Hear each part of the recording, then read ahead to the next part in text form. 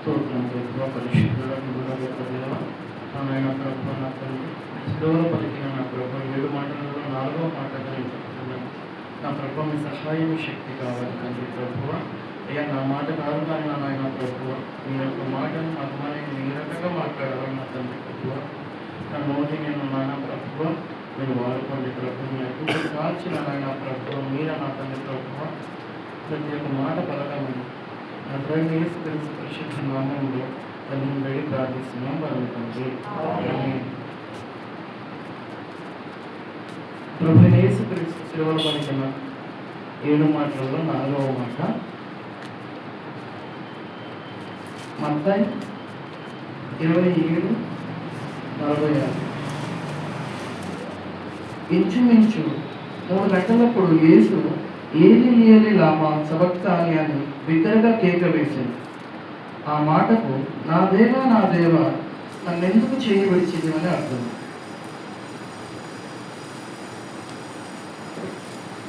మనకు ప్రభు శిలువలో పలికిన 7 మాటలలో 4వ మాట చాలా ముఖ్యమైనది. యేసు ప్రభువు వారు తండ్రితో డైరెక్ట్గా మాట్లాడారు. అంతవరకు యేసు ప్రభు తండ్రి ఇద్దరు ఒకటై ఉన్నవారు సడన్గా దేవుడు 3 మాటలు మాట్లాడినాక 4వ మాటగా తండ్రిని ఎందుకు ప్రార్థించాల్సి వస్తుంది? దేవుడు ఎందుకు అడగవలసి వచ్చింది? దేవుడు యేసు ప్రభు వారు ఎప్పుడు నా యందు తండ్రి యందు నేను ఇద్దరం ఉన్నామని చెప్పిన దేవుడు అలాంటిది సడన్గా దేవుడు నన్ను ఎందుకు వదిలేవు?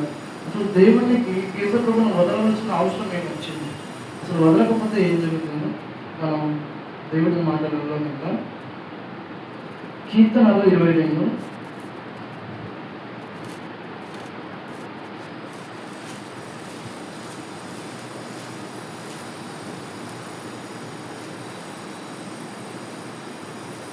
లూకాసు వార్త 24:44 చదువుతున్నాం.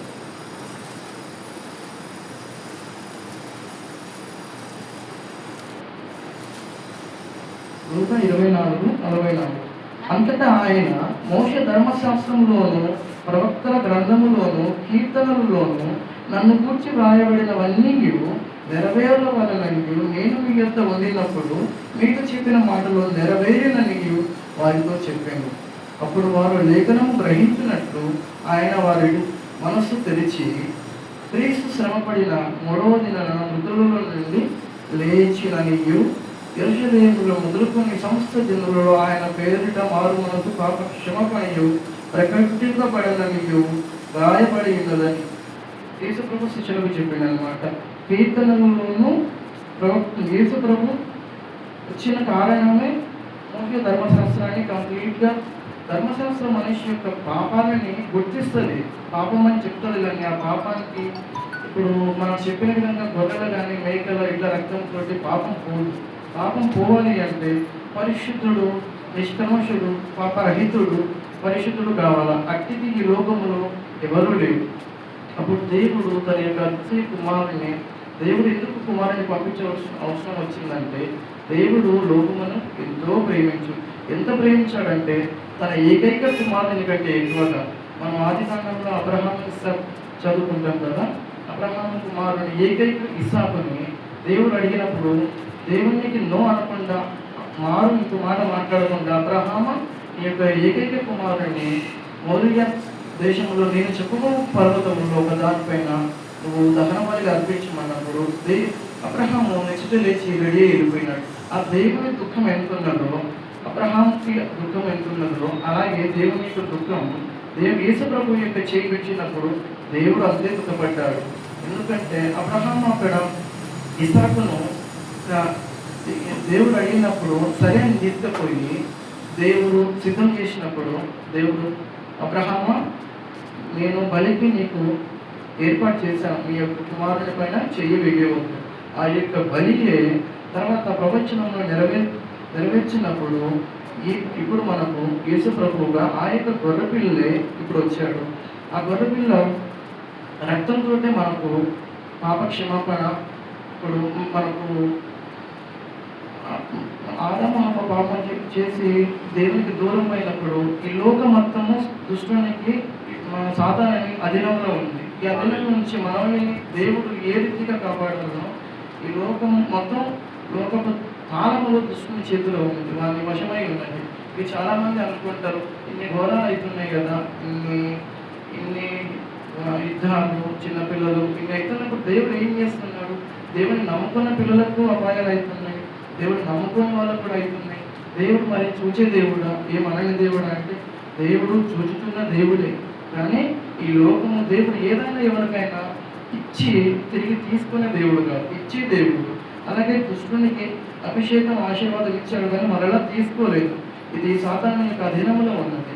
దేవుడు దీన్ని మరలా తీసుకొని స్వతంత్రించుకోవడానికి మనల్ని అందరినీ తన యొక్క ఏకైక కుమారుని యొక్క రక్తంలో కడగబడి మళ్ళా మనం పరిశుద్ధులుగా ఇక్కడైతే కొన్ని సంవత్సరాలు మాత్రమే జీవించగలం, కానీ పరలోకంలో 2000 సంవత్సరాలు దేవునితో పాటుగా తన సొంత కొడుకులుగా జీవించడానికి తన సొంత రక్తంతోటి సొంత కుమారులతోటి మనలను కొన్న దేవుడు ఉన్నాడు. కాబట్టి ఈ లోకంలో ఏం జరిగినా దేవుడు చూస్తున్నాడు. దానికి దేవుని యొక్క ప్రవచన వాక్యం నెరవేర్చడానికి ఇప్పుడు మనకు ప్రవచనాలు చెప్పేట కీర్తనకారులు ఎందరో ప్రవచనాలు చెప్పారు. ప్రతి ఒక్కటి యేసుప్రభు గురించి అన్ని గ్రంథాలలో ప్రతి ఒక్క చోట ఉన్నది యేసుప్రభు గురించి.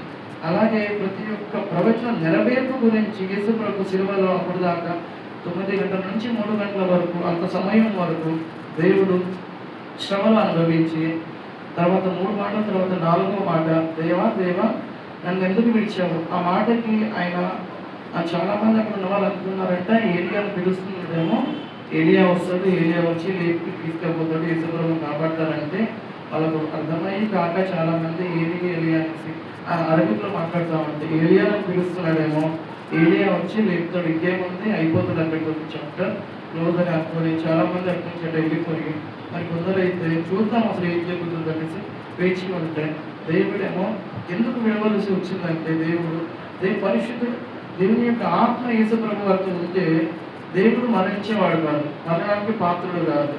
ఆత్మ ఉంటే దేవుడు పరిశుద్ధుడుగానే ఉంటాడు, పాపరహితుడుగా ఉన్నాడు. పాపం అనేది దేవుని చింత కూడా చేరదు. దేవుడు యొక్క చెయ్యి విడిచాడు కాబట్టి యేసుప్రభు శిలువ మరణానికి అర్హుడయ్యాడు, మరణానికి పాత్రుడయ్యాడు. వాళ్ళని రక్షించడానికి దేవుడు సమర్థుడయ్యాడు. దేవుని ఆత్మ ఉంటే దేవుడు అట్లాగే సజీవులుగానే ఉండేవాడు. మరణము దేవుని యొక్క ఛాయలో కూడా వచ్చేది కాదు. దేవుడు మరణించకపోతే ఎవరికైనా లోకానికి రక్షణ వచ్చేది కాదు. దేవుడు మరణించి తిరిగి లేచిన దేవుడు సేవలో బిగ్గరగా తీగ వేశాడంట. బిగ్గరగా దేవునికి చేతగా కాదు, నొప్పి కాదు.